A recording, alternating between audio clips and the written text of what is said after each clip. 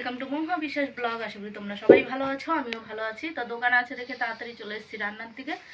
চান পুজো সব কমপ্লিট করে চা খাওয়া হয়ে গেছে। তোমার দাদাভাই দেখো আটা মাখা হচ্ছে, আটাটা নরম হয়ে গেছে বলো।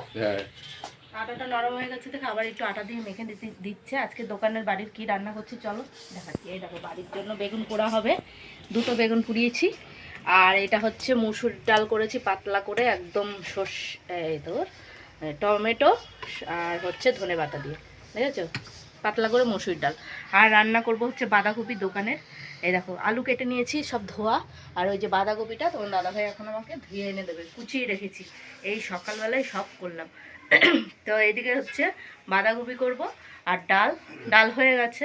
আর এখন করব বেগুনটা পোড়া আমাদের ঘরের জন্য। ভিডিওটা কেউ স্কিপ না করে পুরো ভিডিওটা দেখবে আর বেশি বেশি করে শেয়ার করবে। ডালটা রান্নাটা তোমাদের সাথে শেয়ার করতে পারলাম না, ডালটা আমার হয়ে গেছে। তো জিরে তেজপাতা ফোড়ন দিয়ে আমি আলুটা দিয়ে দিলাম। এটা হচ্ছে বাঁধাকপি রান্না করব।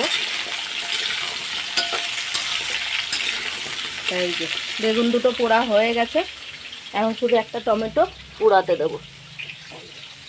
ধুয়ে নিলাম, এই দেখো গ্যাসের উপর দিয়ে দিলাম। বেগুন পোড়া খেতে কিন্তু দারুণ লাগে গরম, মানে এই শীতকালে অন্তত। দেখো বেগুন পোড়ার জন্য সব রেডি করে নিয়েছি, ছাড়িয়ে টাড়িয়ে বেগুনটা চোকলা ছাড়িয়ে নিলাম। পেঁয়াজ কেটে নিয়েছি, কাঁচা লঙ্কা দুটো দিয়েছি, আর দেখো শুকনো লঙ্কা পোড়া দিয়ে দিয়েছি। আর এটা হচ্ছে ধনে পাতা। তো এই দিয়ে সর্ষের তেল দিয়ে মাখবো। নুন দেওয়াই আছে, যেহেতু আমি শুকনো লঙ্কা গুঁড়ো করেছি নুন দিয়ে, তা তেল দিলেই এখন হয়ে যাবে। তেল দিয়ে এখন মেখে নেব। টমেটোটাও দেখো পুড়িয়ে নিয়েছি, এই যে তেল দিয়ে দিচ্ছি। তা হয়ে গেল, এখন শুধু মেখে নিলেই হয়ে যাবে।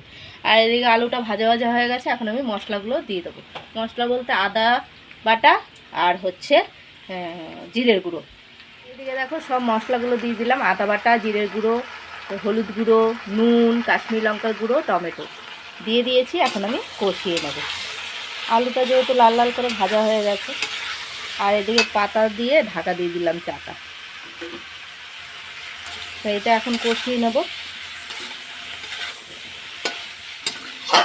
আর এইদিকে দেখো বাঁধাকপিটা তোমার দাদাভাই ধুয়ে এনে দিয়েছে।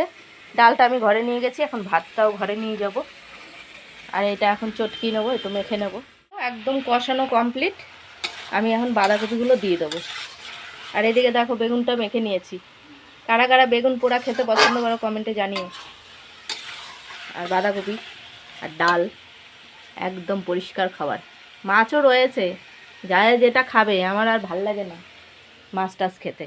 এই যে তেল মাখছে, চান করবে।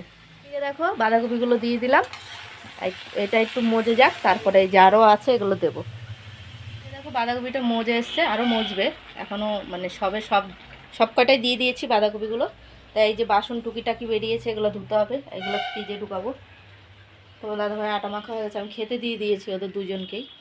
এই যে ছেলেও খাচ্ছে, তোমাদের দাদাও খাচ্ছে। কি দিয়ে খাচ্ছে বলো? বেগুন পোড়া, হ্যাঁ, আর টমেটোর ডাল। টমেটোর ডাল, টমেটো ধনেপাতা দিয়ে ডাল করেছি। তো এই করেছি। বাইরে দেখো আজকে ভালো, আজকে যেন একটু বেশি ঠান্ডা লাগছে সকাল থেকে। দেখো বাঁধাকপিটা আমার হয়ে গেছে। আমি তো মটরশুঁটিটাও দিয়েছিলাম, সেটা দেখাতে পারিনি। ওই বাঁধাকপি যখন দিয়েছি তখনই মটরশুঁটি দিয়ে দিয়েছি। তা বাঁধাকপিটা হয়ে গেছে, এখন আমি এই যে ধনেপাতা কেটে রেখেছি দিয়ে দেবো।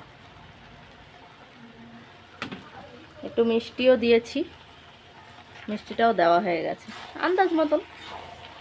তো বাঁধাকপি দিয়ে রুটি খেতে কারা কারা পছন্দ করে কমেন্টে জানিও।